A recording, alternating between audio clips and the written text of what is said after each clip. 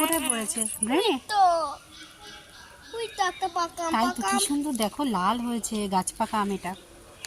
ওখান ওই যে মানে এখান দিয়ে আম পড়ে পড়ে পড়ে পড়ে ড্রেনে পড়েছে সাথে সাথে।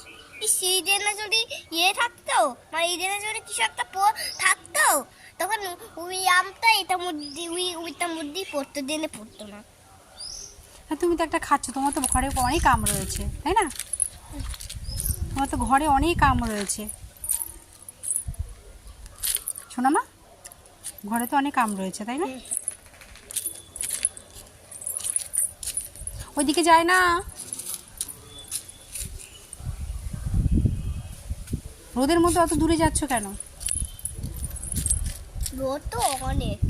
তো অনেক রোদ দেখেছো, ঘরে চলো। দেখো একটা আম গাছ, এই আম গাছটা অনেক তোমার জিভটা দেখি।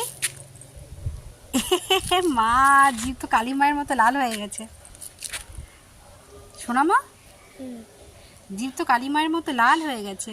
হুম। চলো এবার ভাত খেতে হবে।